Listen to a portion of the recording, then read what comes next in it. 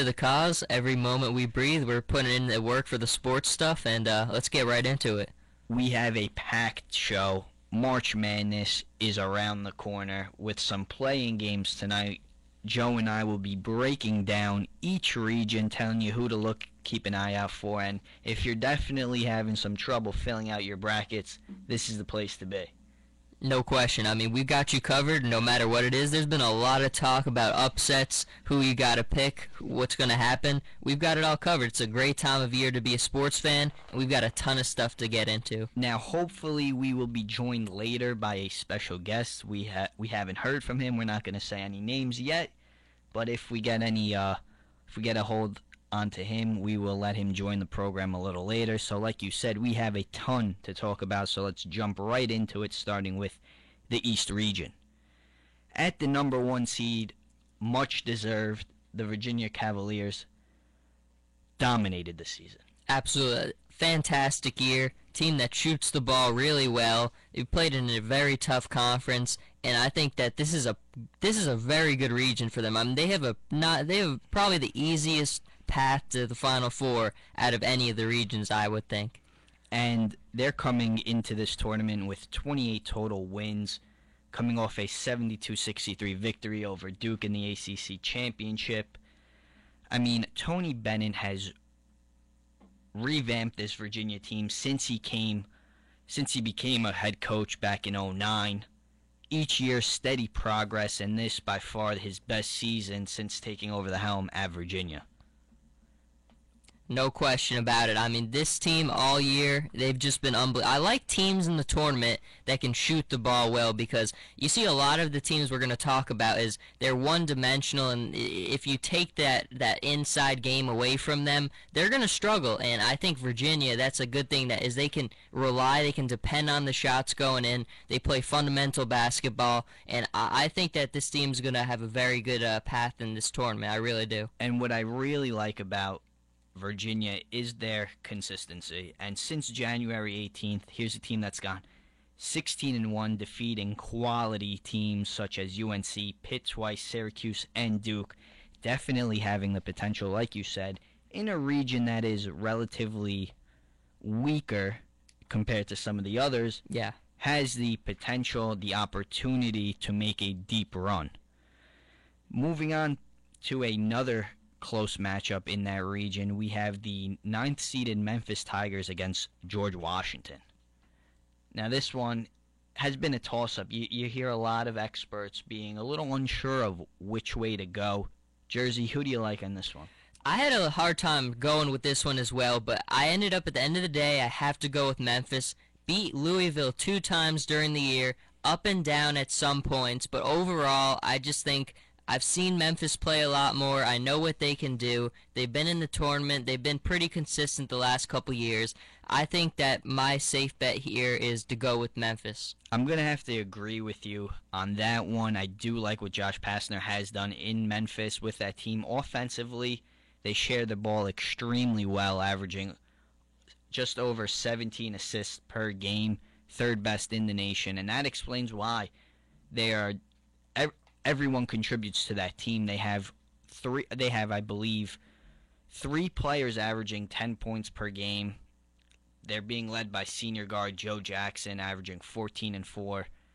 And then on the defensive side, they have the ability to create turnovers, and they have all season averaging about 9 steals a game. So that would definitely be a big impact. Absolutely. Like we were saying with Virginia, teams that shoot the ball are going to do very well. Memphis shooting .479, 23rd overall in the nation. They shoot the ball well, and that always helps your teams in the tournament when you shoot well. I like teams who can shoot well. Memphis is one of them. Now, what I do like about George Washington is that despite falling to VCU in the A-10 semifinals, they have a chance to control the boards, and we all know how key that could turn out to be.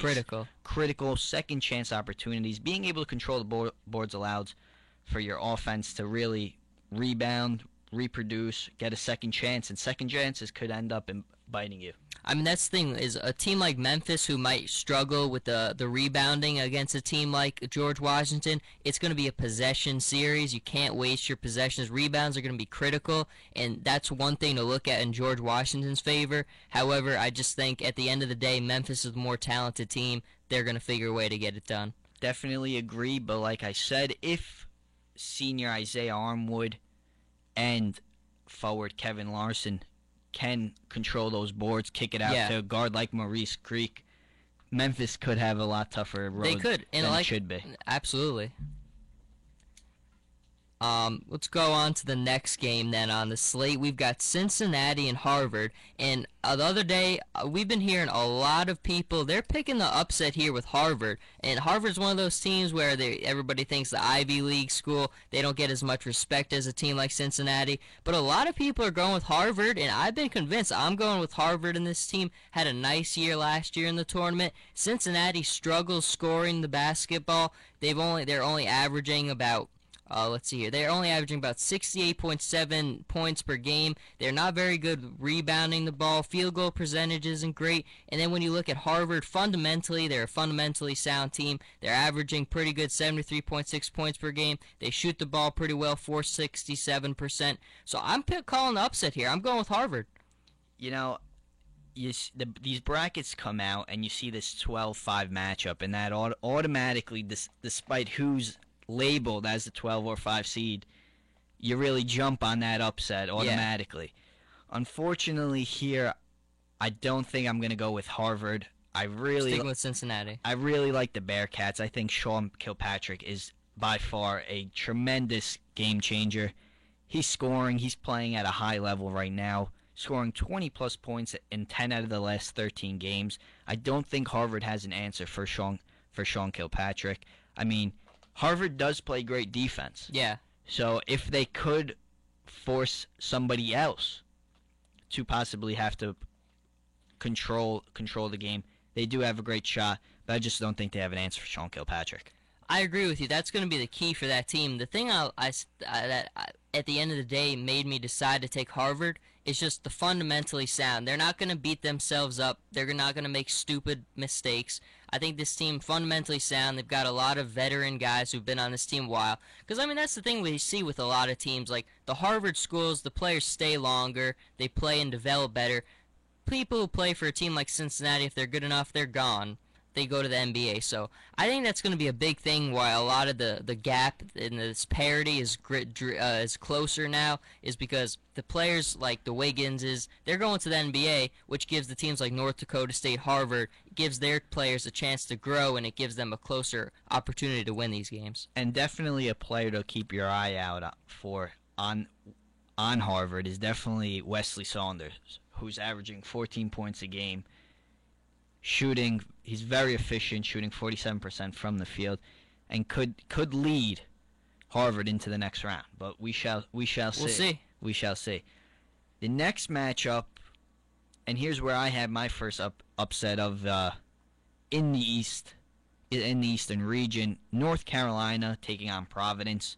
With that being said, I am taking Providence over North Carolina. Wow. I feel they are, even though despite you wearing the Carolina blue today. You know, the Michael Jordan got to bring it out. I respect that. I respect that. But despite you wearing the Carolina blue today, I'm going to go with Providence. I think they are hot right now. Despite the Big East being a totally different conference without those strong teams like Syracuse, UConn, Louisville, I think going into the NCAA tournament, knowing that you just made a great run, survived, and won the Big East championship is definitely going to play a role. And I love the way Bryce Cotton had played in that Big East tournament, and I think he will continue to play at a high level come against their matchup against North Carolina. See, I had a hard time picking this game as well, but at the end of the day, of course, I had to go with North Carolina. The thing I really like about North Carolina is they're one of the best rebounding teams I've seen play all year. In one of the last matchup they played against Duke, they controlled the boards. I think that's going to be big. I think they're more physical than Providence is, and I think that's going to be big in this game. I'm a big fan of James Michael McAdoo. I think he's really become a very good player. He's really developed and become a nice player. And I think overall, North Carolina, I think it's going to be a close game, but I think the physicalness of North Carolina, their ability to control the boards is going to be big for them in this game. I think that's what's going to lead them to a win in this one. Now, I thought the Tar Heels were on the verge of a tremendous run when they started picking up their basketball. Because their season didn't start off well at all. And they certainly turned it around. No question. They certainly turned it around, started playing well. And Marcus Page is playing at a high level right now. So Very well. That's definitely a positive for them. But they're just the inconsistency in what I saw earlier from North Carolina. I'm not too confident with this Roy Williams team this year. It's a fair point. I mean, the thing, I was a little bit worried about that too, but I think it's kind of the same deal. We'll get to Louisville in a bit, but Louisville kind of had that same problem, and now everybody's on the Louisville bandwagon. So I don't worry as much about how you started. I think it's about how you're playing now, and I think that's going to carry bigger weight right now going into the tournament. So that's why I don't really worry as much about North Carolina's start to the season. Moving on to our next matchup, the 7th-seeded Connecticut Huskies against the 10th-seeded St. Joseph Hawks. Now, this one is definitely an interesting one. A lot of people are riding on St. Joe's. And, another matchup that has caught everyone's eye, and I think I'm leaning on the A-10 champions in St. Joe's. Wow, you're going with St. Joe. Yeah, another upset here. I like St. Joe's a little bit, but I watched UConn play a couple times. I saw that game when they beat Florida. One of Florida's only 2 losses during the season. I saw a lot there. I don't know. I had to go with UConn in this one. I just think UConn's played a tougher schedule than St. Joe's has. I haven't seen St. Joe's play as much, so I had to go with UConn in this one. I think head coach Phil Martelli definitely. I like Martelli. It's hard not to like him. He's exactly. a great guy. It's very difficult not to like him, and to be able, they go into this A-10 championship against VCU, and they were definitely big underdogs. Oh yeah, that was a huge win. And if you didn't know about their senior guard Langston Galloway, you certainly learned a ton about this player and how he is a game changer. He can make a big impact, and I just think he may continue to play at a high level and take down UConn. Yeah, like I said, nothing would surprise me in this game. At the end of the day, I am a little bit more comfortable, familiar with UConn, and that's part of the reason what led to my decision going with that one. Quite frankly, nothing would surprise me in any of these games this year around. I mean, in the last couple years going into the tournament, we kind of had an idea. I mean, this is the team. Legitimately, only one of these 4 teams is probably going to win. But now it's kind of like, it's really up for grabs. There's no hands down, everyone agrees, best team in this tournament. And it's gonna make for a very interesting event. I mean, I could confidently say I do not think a 16 seed will upset a 1 seed. No. Do I think a 15 seed will upset a 2 seed? Probably not. No. But you look at every other team. If you play basketball, you get hot at the right time, you have a shot. Yeah. And this year, you've seen a lot of teams play well at one point in the season and play terrible at other points. So it should be it should be a great one. That's the thing is, I mean, every time we've had a number 1, they've just they haven't been able to hold on to that spot. Arizona, for a while they were the best team. Injuries happened to their best player Brandon Ashley, and they kind of teetered off. Florida was the best team. I mean, they probably were the most consistent team, but they did have those 2 early losses. But overall, I mean, I think it's a tough tournament. It's going to be a fun event to watch because we're going to be surprised. We really are. And the final matchup in the Eastern region features the 2-seeded Villanova Wildcats, who were upset big time in the Big East tournament by Seton Hall against a 15-seed Milwaukee. I mean, Villanova here in an easy one. They are definitely need to be pumped, inspired to be back on that court. And after the way they lost against Seton Hall. That was definitely a tough one because I thought Villanova going into that tournament, they were my picks to win it, and I would like I think they will win this game pretty easily. But for me, it would be a great match if you have Connecticut and Villanova, kind of reminiscent of the old Big East, the way things used to be, and I think that would be a really nice matchup to see there. So I'm kind of pulling for that one, and I think Villanova will win this one pretty easily. Yeah, that would be some matchup.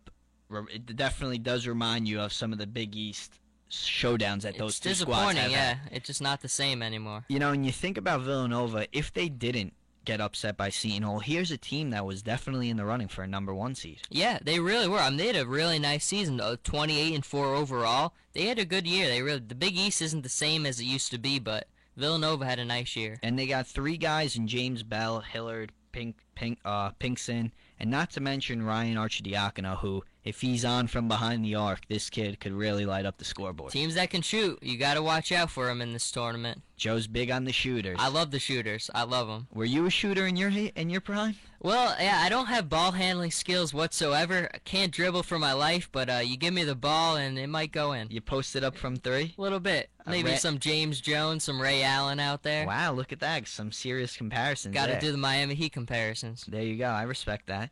Somewhat. Yeah, a lot of people feel that way. That's the wrap-up right now for the first round in the Eastern region. When we come back, we'll look at another region. We'll finish off and see who will make that run to the Final Four from that Eastern region. So stay tuned. We have a ton more, 3 more regions to cover. A lot of action here. Be ready. Stay tuned. Stay put, and we will be back.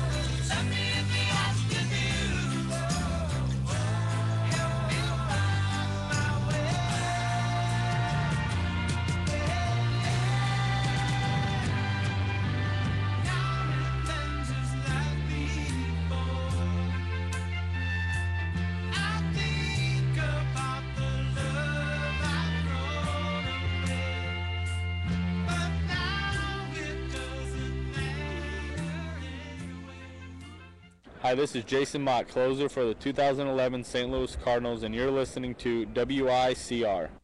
And we are back. Now, for all you listeners out there, I'm sure some of you are very shocked, saying, how can these two be talking about the East region and not talk about probably the two best teams in that region, the Iowa State Cyclones and the Michigan State Spartans? The reason behind that, Joe and I both have these teams battling it out in the Elite Eight, with only one of them earning a spot in the Final Four. Joe, who do you like?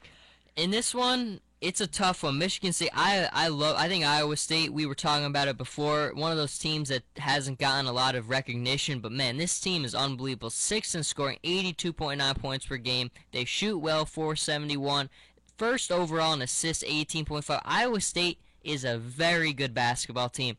With that said, I had to go with Michigan State. I'm a big Tom Izzo guy. I always like him in the tournaments. His teams are always well prepared. I like Peyton Siva a lot. I liked Michigan State a lot at the beginning of the season. Injuries kind of screwed with their season, but I think overall Michigan State, it's going to be a battle, a very tough game, but I had to go with Michigan State. It's really tough going against a Tom Izzo team come tournament time. He's been able to, no matter what kind of talent he has, been able to take his team on some type of a run. Yeah.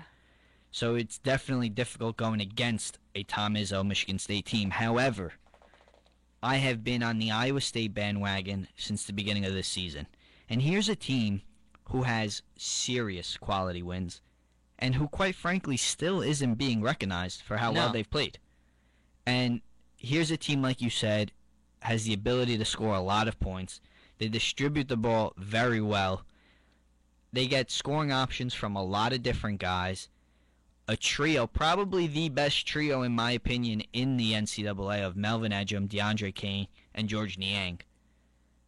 And not to mention they have the bench players who make a tremendous difference on the court in Dustin Hogue and Naz Long. I mean, Dustin's nearly averaging a double-double, tremendous on the boards. Long has the ability to sit behind the three-point line and just make buckets with ease. Not to mention also Monte Morris, who's also contributed in several games this season. I mean, they have the ability to control the boards on both sides. I mean, I just can't go with Tom Izzo this time.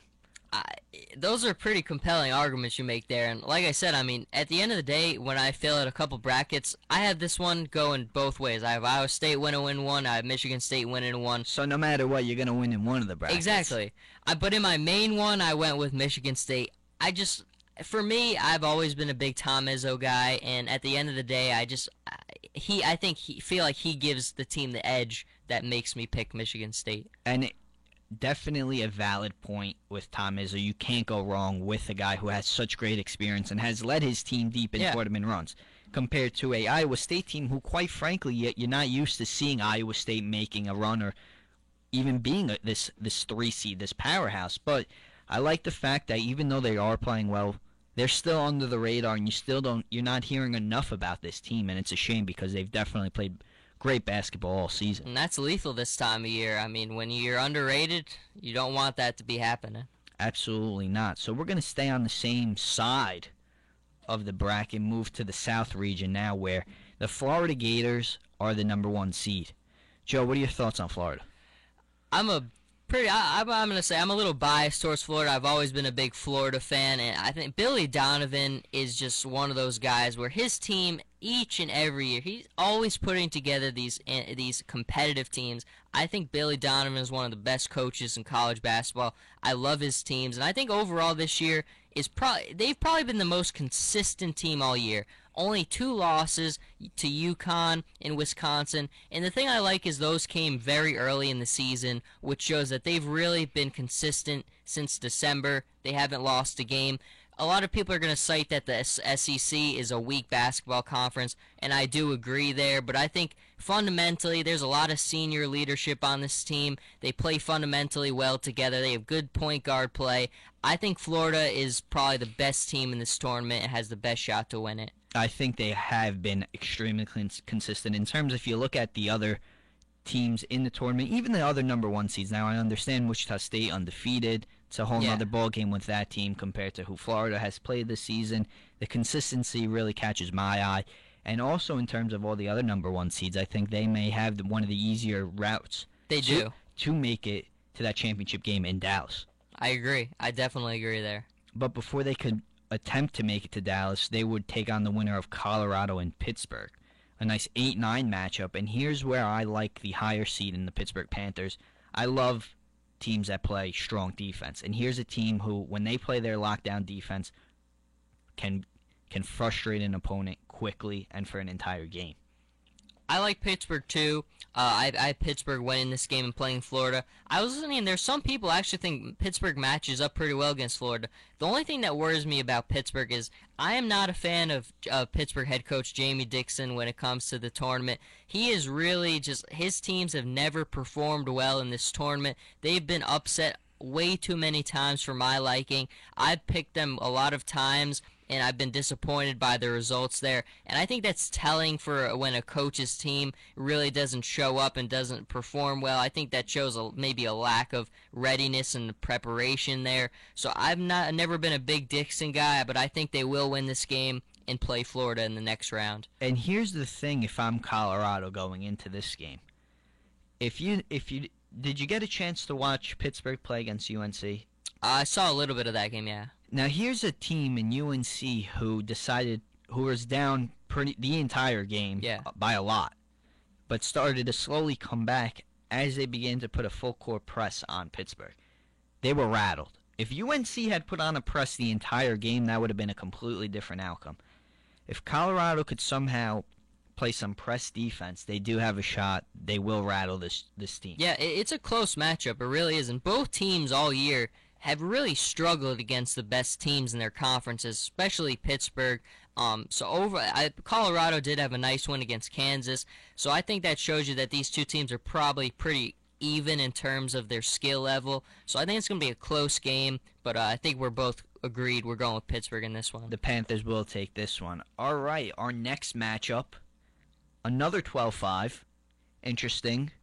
This is a close one. A little close one. A lot of people on the SF Austin bandwagon. I really was. Colin Coward on his show, The Herd, the other day, he had some Vegas insiders come on his show, and I was shocked. There were some people making some good arguments with SF Austin. There's a lot of interest for SF Austin.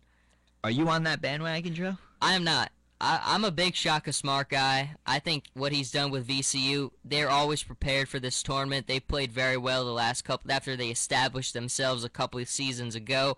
I like VCU a lot. I know they lost that game to St. Joe's the other day, but I think VCU, fundamentally skilled team. They shoot pretty well. I think that they'll win this one pretty easily. Gotta agree with you once again on that VCU call. Just don't know enough about SF Austin to really, have them blow my mind and say, this is a team that I gotta keep my eye out for. I mean, we really had no reason to pay attention to SF Austin, and I don't know why we would now. The next matchup features the number 4 seeded UCLA Bruins against Tulsa. An interesting one. I was able to watch some Tulsa basketball, their championship game. An interesting team. They have the ability to run in transition. They got a fast team, good guard play. But I am definitely a big UCLA fan. They went on to defeat Arizona in the Pac-12 championship. I think that says a lot in itself. They have the ability to score, they distribute, and they're extremely efficient. Top 10 in the nation in terms of field goal percentage. And they have 4 players averaging at least 10 or more points a game, led by Jordan Adams. I really think UCLA can make a deep run maybe into the Sweet 16 and maybe that team to knock off Florida. Do I think it'll happen? I'm not too sure because I am pretty sold on Florida's ability, but I think UCLA is one of those teams that also they aren't getting enough recognition because, quite frankly, the Pac-12, in terms of the bigger conferences, isn't really known for their basketball skills compared to what the Big Ten, ACC, even Big East, and Big 12 has produced this season. I agree with you. I mean, I think what you said, they play very good team basketball. I really like teams in this tournament who you don't need to rely on one guy. Everybody plays collectively well. I think that really helps, and I think UCLA, I think they're going to do well too. I have them losing to Florida as well, but I think UCLA does match up pretty well against Florida, so it'll be an interesting game, but at the end of the day, I do have Florida beating them. A very intriguing next matchup Ooh, here. yeah. A very cross-state rivals. Dayton and Ohio State, another A10 team here. I mean, you got to think the committee had something with the A10 because a lot of these teams got in. I was shocked. I mean, I've been the more and more I've been listening, it seems like Dayton is becoming the go-to upset pick for this one against Ohio State. You hear a lot of Vegas people, and they're going with Dayton in this one. For me, I know you like Dayton in this, but I had to go with Ohio State. I like teams that have shown me consistency in the tournaments. I think as from a coaching staff that shows that the team is always prepared for the moment, and I think Ohio State the last couple years, they've been very consistent in this tournament. Aaron Craft, one of the best point guards in the country. The only problem I have with Ohio State is they struggle to score at certain points, and that's going to hurt them deeper in the tournament. But I think for this one game, I just have a hard time picking against a consistent team like Ohio State. And that's the thing with this Dayton-Ohio State matchup is that you have a Dayton team here that has a balanced mix in terms of scoring. They have the ability to score a lot of points, but then you're going against a very solid defensive unit. So it should be interesting to see if Ohio State can produce a little bit more extra in terms of baskets, because they're going to need it if it's going to turn into a high-scoring affair, which I don't think it will. Yeah. Just because of Ohio State's tenacious defense, but I think Dayton has a chance to really to make some type of a run here. That's the thing is, if this becomes a high-scoring game, Dayton's going to win this game. There's no shot exactly. Ohio State just won't be able to put up enough points. There is no shot that Ohio State will, like you said, put up a lot of points and contest if this game becomes a high-scoring affair. Their best bet, their safest bet, is to stick with their defensive game plan and keep it as low-scoring as possible. Absolutely. What do we got next, Jersey? We got Syracuse, number 3 Syracuse, taking on Western Michigan at 14. And look, this is a pretty easy one. I'm pretty sure everyone's going with Syracuse. What most people are probably wondering is, what are you going to do next with Syracuse? How will they advance? Because they started off as one of the hottest teams in the country, but they really didn't play well in the last half of the season. And I think that's definitely something to look at. And Jim Boeheim, I mean, for as good as he's been, his teams in recent years have struggled in the tournament. They've disappointed. I mean, I think that's a fair statement there. And Syracuse, I have them winning this game here, but I have them losing to Kansas in the next round. And I think that's going to be an interesting game if that matchup holds. But Joe, why don't you tell us, what do you have Syracuse doing? You know what? This is it's an easy one here in round one. Round one's easy. It's an easy one. But the inconsistency that I've seen from Syracuse after losing in overtime to BC is alarming. It really is. And it's something to really, if you're not concerned, you should be. Because they went into BC undefeated, defeating some of the top teams in the nation. And then they hit this roadblock, and quite frankly, they haven't recovered. No. And despite, they finished out the season losing 5 out of their last 7 games. That says enough for itself. But they only beat a Maryland and a Florida State team in those 2 wins. Not quality wins at all. And they did lose to, some subpar teams, including BC. Yeah. They did lose to NC State, who I do like what they have.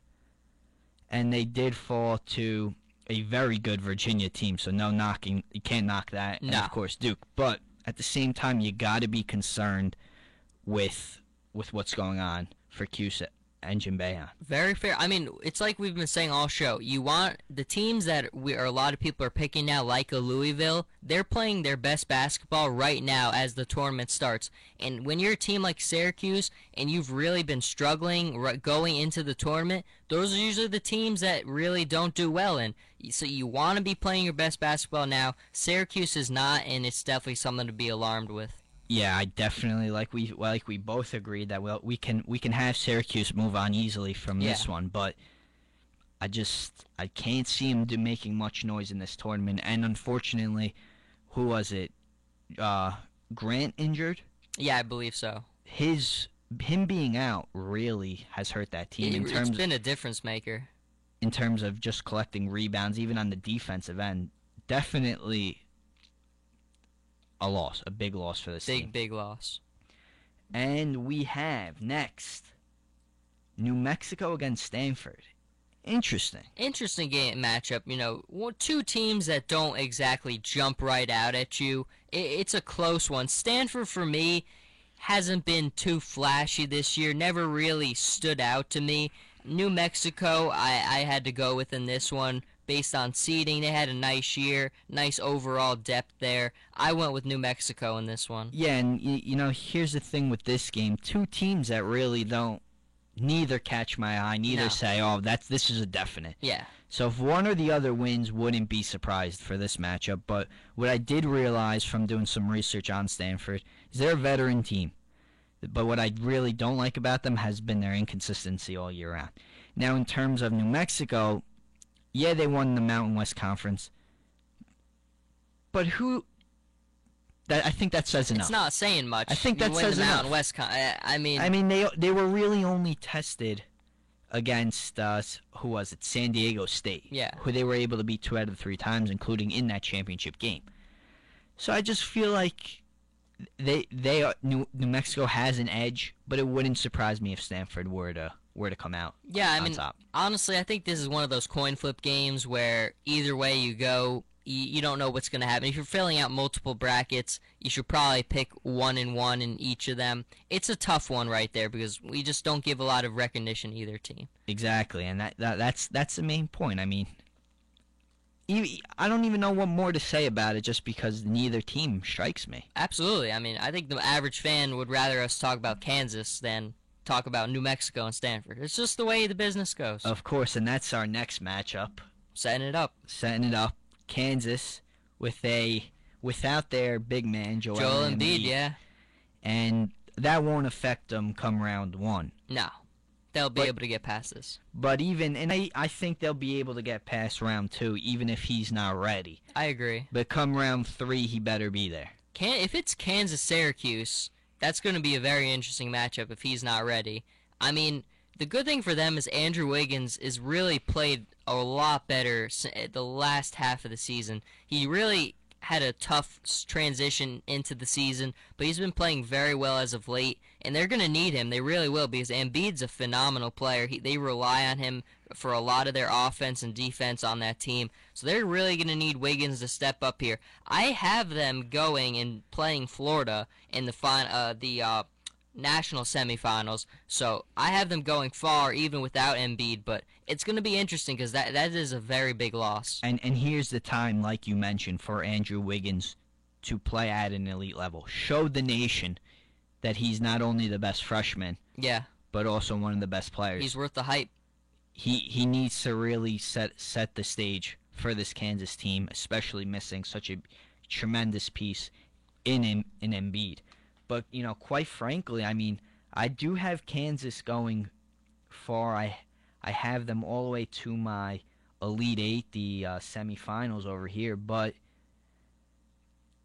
I don't know. I'm not sold on Kansas either way. Who do you have them playing in your semifinals? I like Florida. You like Florida? Yeah. I like Florida. And here's the thing.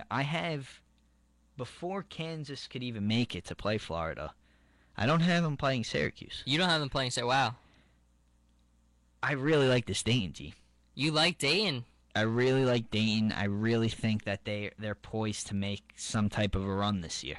You're not alone. I mean, look, the more we hear, the more people who are jumping on that Dayton bandwagon, and I'm being a little bit more convinced myself, but at the end of the day, I just think having the talented players they have, like Wiggins, and if Embiid is back, I think that it's going to be Kansas-Florida, like you said, and I have Florida winning as well. I mean, it's tough. You'll listen to so many different people, and probably every person will give you a different response. Yeah. I mean, you've even just listening here today, you know that we haven't agreed on everything. Surprisingly, have agreed on a lot more than I thought we would.